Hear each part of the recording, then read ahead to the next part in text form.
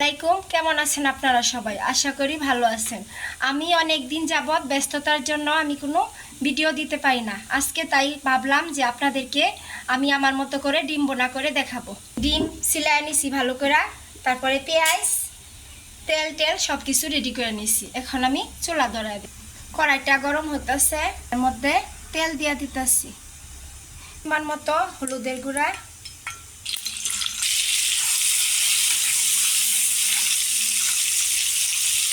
বেশি করে হলুদ দিছি, তাহলে ডিমগুলা বাছলে সুন্দর একটা কালার দেখা যাবে। গুলা বেশি বাছবো না, তাহলে উপরের সাইডটা বেশি ভাজা হয়ে যাবে। আমি এগুলা উঠাই নিতেছি।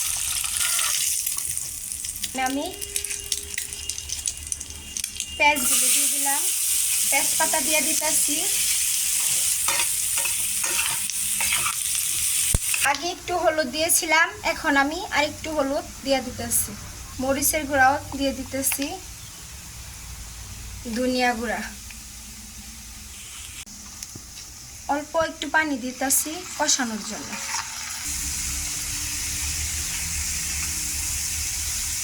লবণ দিয়ে দিলাম, মধ্যে আমি ভাজা পানি দিয়ে দিলাম,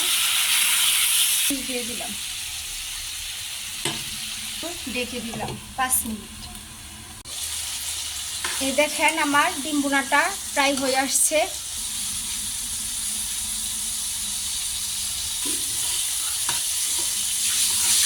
এখন আমি ডিম বোনাটাকে নামিয়ে নিব। খুব সহজভাবেই আমার ডিম বোনাটা হয়ে গেছে। আপনারা এভাবে মাঝে মাঝে বিভিন্নভাবে তৈরি করে খাবেন, ইনশাল্লাহ আপনাদের কাছে ভালো লাগবে। আমার ভিডিওটা যদি ভালো লেগে থাকে তাহলে আপনারা ভিডিওটা লাইক, কমেন্ট এবং ভিডিওটা শেয়ার করে দিবেন।